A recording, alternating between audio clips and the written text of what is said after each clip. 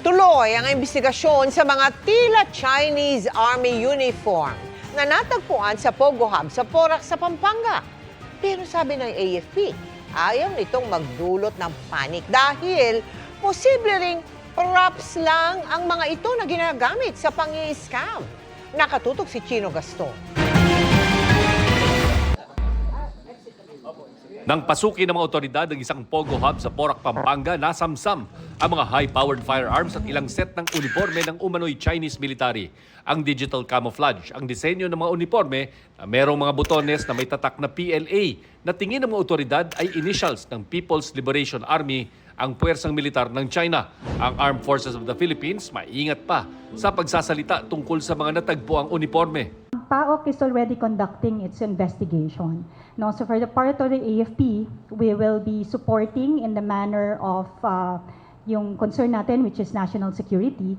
And with the uniforms that were seen, these are all parts of evidences at hand. So we are trying to look at the veracity of the report, whether they're legit uniforms. And these are also very few in number, no, to be part of a troop. So we do not want to unnecessarily cause panic to the general public. Pero sabi rin ng AFP, posibleng ginamit lang bilang props ang mga uniforme lalo't ang Pogo operations ay sangkot sa paggawa ng illegal na mga aktibidad gaya ng online scams. What is happening is there is a increase in the monitored unusual incidents perpetuated by the presence of Chinese nationals. Without saying yet that these are risks to national security, what we have seen are violations of simple or rather simple common crimes. Pero ang ilang senador na kasamang nag-iimbestiga sa Pogo sa Pilipinas, nagpahayag na ng pagkabahala sa mga nakitang uniforme. Sabi ni Senadora Risa Ontiveros, nakakapangilabot daw ang implikasyon ng mga uniforming ito. Malinaw daw na sinamantala ng mga Pogo ang kahinaang pang-ekonomiya ng bansa, naging pugad na ng krimen at ngayon ay banta na sa pambansang seguridad.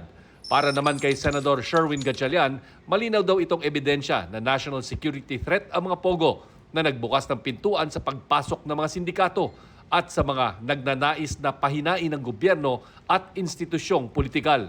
Kaya dapat daw hindi napayagan ang mga Pogo sa bansa. Sabi naman ni Senador Jinggoy Estrada, ng chairman ng Committee on National Defense, tunay man o props ang mga uniforming ito, hindi ito dapat baliwalain ng mga otoridad at dapat alamin kung saan ginagamit. Sinusubukan pa ng GMA Integrated News na makuha ang panig ng National Security Council at ng Palasyo ukol dito. Para sa GMA Integrated News, Chino Gaston nakatutok, 24 oras. Tinitignan ng New Zealand ang pagpapabilis at pagpapadali ng proseso sa pagkuha ng visa ng mga Pinoy. Siniguro rin ng Foreign Affairs Minister ng New Zealand na bumisita sa Pilipinas na maraming oportunidad ngayon para sa mga Pilipinong gusto magtrabaho sa kanilang bansa. Yan po ang aking tinutukan. Graduate ng Business Administration, Major in Financial Management ang 32 anyos na si Janela.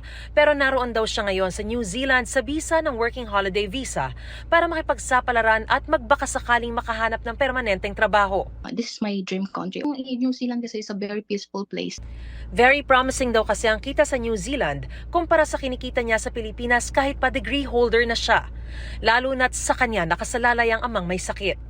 Yung sinusweldo ko kasi sa Pinas is not ganun ka worth it. Sa ngayon, pansamantala pa lang ang trabaho na kukuha niya. At dahil working holiday visa pa lang ang hawak niya, kailangan daw niyang makahanap ng employer na handang permanenteng mag-sponsor sa kanya bago mag-Nobyembre, bago mapaso ang kanyang visa.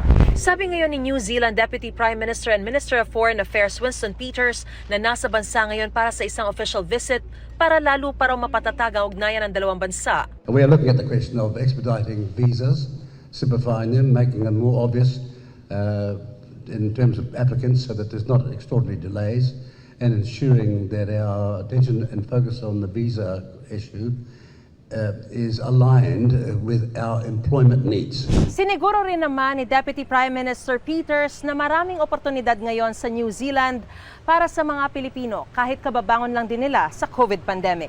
Isa raw sa mga sektor na may pinakamaraming oportunidad para sa mga nais magtrabaho sa New Zealand ay ang sektor ng agrikultura. Sa ngayon, naaabot daw sa 29.66 New Zealand dollars o katumbas ng mahigit 1,000 piso kada oras ang minimum wage doon. I expressed appreciation for New Zealand's recognition of the vital contributions of the Philippine diaspora to New Zealand's continued economic prosperity and the richness of its social fabric, and convey the hope that their government will ensure the well-being of our kababayans, including safeguarding their hard-earned social security pensions. Para sa GMA Integrated News, Mariz Umali nakatutok, 24 oras. Para sa mas maayos na supply ng tubig gripo, tinatapos ngayon ang isang bagong tunnel. Pamalit yan sa mga luma na puro tagas, kaya aksaya sa tubig. Nakatutok si Maki Pulido. Mahigit 6 na kilometro ang natapos ng hukayin ng tunnel boring machine na ito mula Big T Basin patungong Ipo Dam. Ito ang tunnel number 5, isa sa mga bagong tunnel na daluyan ng tubig na gagamitin para mabigyang daan ang pagkukumpuni ng lumang tunnel 1 and 2. Sa mga lumang tunnel na ito, tumatagas at nasasayang ang 120 million liters ng tubig kada araw. Tubig na napakinabangan sana ng mahigit 800,000 na tao. Kung operational na ang tunnel number 5 sa susunod na taon, may sasara na ang dalawang tunnel para ma-repair. Hindi pa natin masasabi kung gaano ang extent ng repair natin sa tunnel number 1 and tunnel number 2. But siguro dahil sobra na rin yung ating conveyance system because of tunnel 4 and tunnel 5, ang mangyari yan magiging standby sila. Mahigit 3 billion pesos ang proyekto na pinaghatian ng Manila Water at Maynilad. Pero water consumers ang nagbabayad niyan kaya bahagi na siya ng ating water bill hanggang sa susunod na 25 taon. Worth it po ito. What if mag-collapse yun? Pag mag-collapse isang tunnel natin, yung mga luma na, mawawalan tayo ng tubig. Hindi bababa yung tubig sa Metro Manila. Maliban sa Kaliraya Dam, hindi pa nakakabawi ang mga dam mula sa tag-init. Hindi pa nakaka-recover ang Angat Dam na mas mababa pa ng 31.92 meters kumpara sa normal high water level nito. Sa July pa, inaasahan ng Pag-asa na magsimula itong makabawi. Pero humihingi na ang MWSS ng mas mataas na alokasyon para sa domestic at industrial use sa Metro Manila, Rizal, Cavite at Bulacan para raw matiyak na walang water service interruption. 52 cubic meters per second ang hinihingi ng MWSS, mas mataas kesa sa regular na alokasyong 50 CMS. Kahit bigyan tayo ng 50, pag sobra naman ang tubig, we are the one requesting not to release water from Angat. Para sa GMA Integrated News, Maki Pulido nakatutok, 24 oras. Good evening mga kapuso! The wait is over dahil mapapanood na sa mga sinehan simula bukas ang thriller film na Playtime. Kamustahin natin ang mga ganap sa kanilang premiere night sa live na chika hatid ni Nelson Canlas. Nelson? Ready nang maki-playtime ang cast ng pinakaabangang thriller movie ng taon dito nahandog ng GMA Pictures at Viva Films. At ayan, nakikita natin, naglalakad na sa green carpet ang ating mga bida na sina Sanya Lopez, si Sian Lim of course, at saka si Faye Lorenzo. Hi, congratulations! Ayan.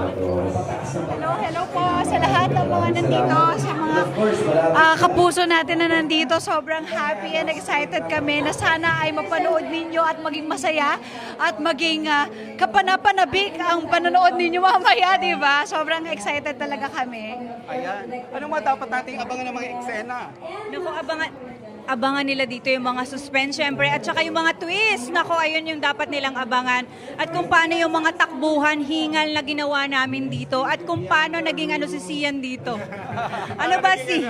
Oo, Sian, may hate ka rin ng mga viewers after this. Yeah, kung nagawa kong nangyari yun, I did my job well. Pero thank you. I hope mapanood nyo itong madugong pelikulang ito. Watch it tomorrow sa lahat ng sumalubong sa amin here. Maraming salamat for all the love and support. And of course, bukas na mapapanood ito. At kasama natin syempre, wala pa dito, no, si Colleen Garcia. Na-traffic siguro. Baka hindi siya makakapunta. Hindi, traffic lang si traffic lang. Ayan, Iya, ready na kaming manood ng Playtime. Halika na rito at maki-Playtime na rin sa amin. Tara, laro na tayo. Iya? Actually, Nelson, kasama ko sa cast. Joke lang. Maraming salamat, Nelson Canlas. Iniutos ng Pangulo na isama sa bibigyan ng ayuda sa ilalim ng 4Ps ang mga buntis at nagpapa-breastfeed ng mga ina. Nakatutok si Ivan Mayrina.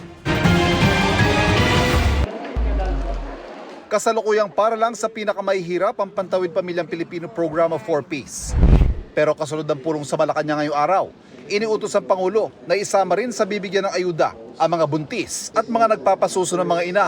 Tatanggap sila ng cash grant tuwing gagamit ng health services para sa unang 1,000 days o unang 3 taon ng buhay na ipinagbuntis. Mas mahaba pa yan sa unang panukala ng DSWD na tulong sa first 100 days sa bawat bata para maiiwas sila sa malnutrisyon at stunting o pagkabansot. Pinagsusumiti ng Pangulo ang NEDA, DSWD at ang DOH sa mga pag-aaral at rekomendasyon kung paano sila maisasama sa programa. Ngayong hapon naman, bisita ng Pangulo sa Malacanang ang Deputy Prime Minister at Foreign Affairs Minister ng New Zealand na si Winston Peters. Bahagi pa rin ito ng pagpapaigting sa ugnayan ng kanilang bansa sa Pilipinas. Nauna nang napag-usapan sa pagbisita ni New Zealand Prime Minister Christopher Luxon nitong Abril.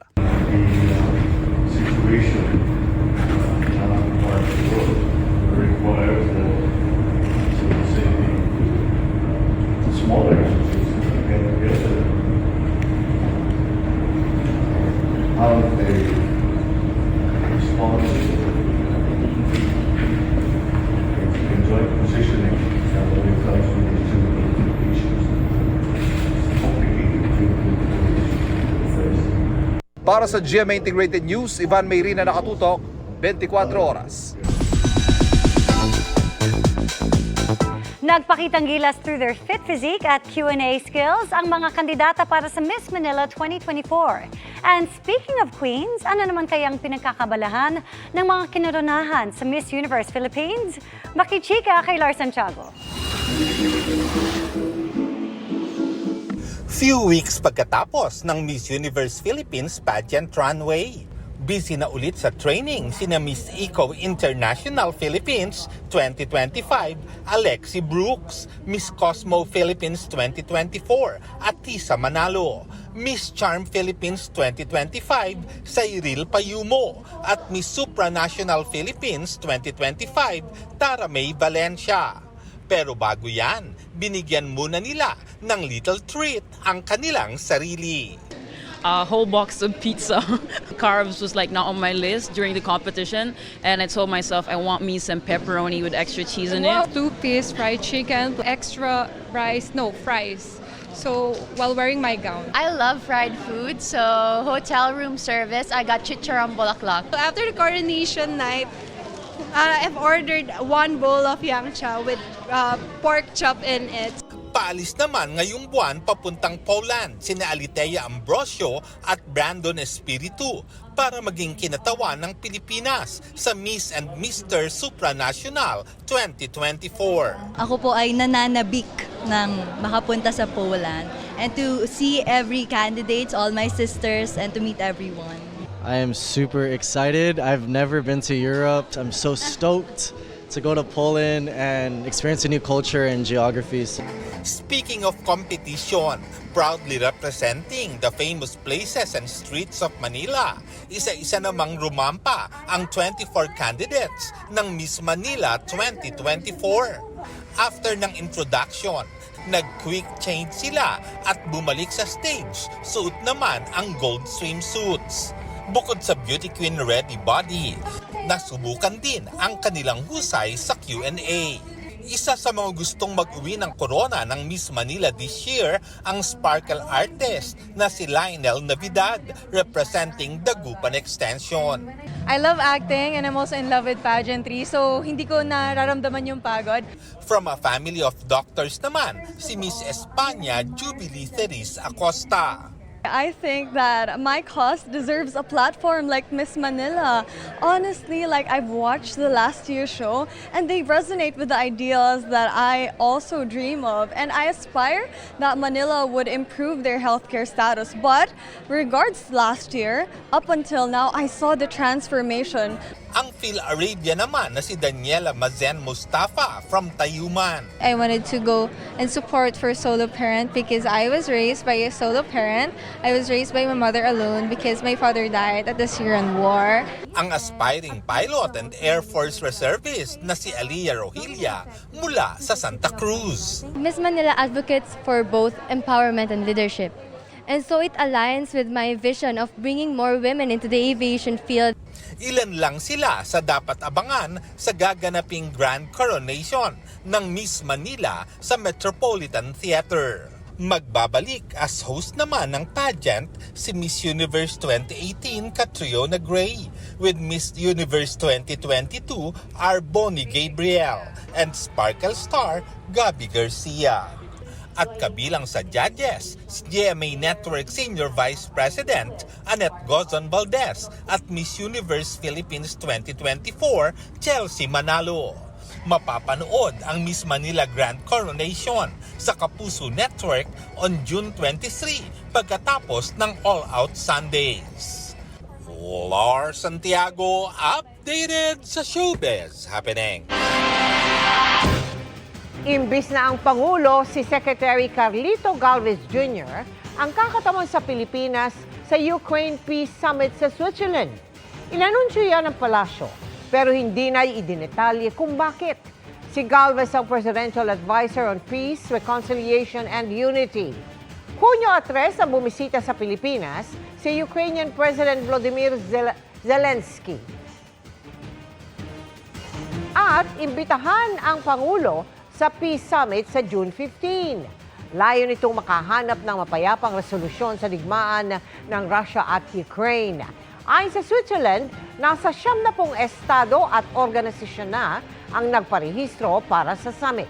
Pero hindi na inimbitahan ang Russia dahil hindi umano nagpakita ng interes. Nagpasabi na rin hindi dadalo ang ilang kaalyado ng Russia tulad ng China.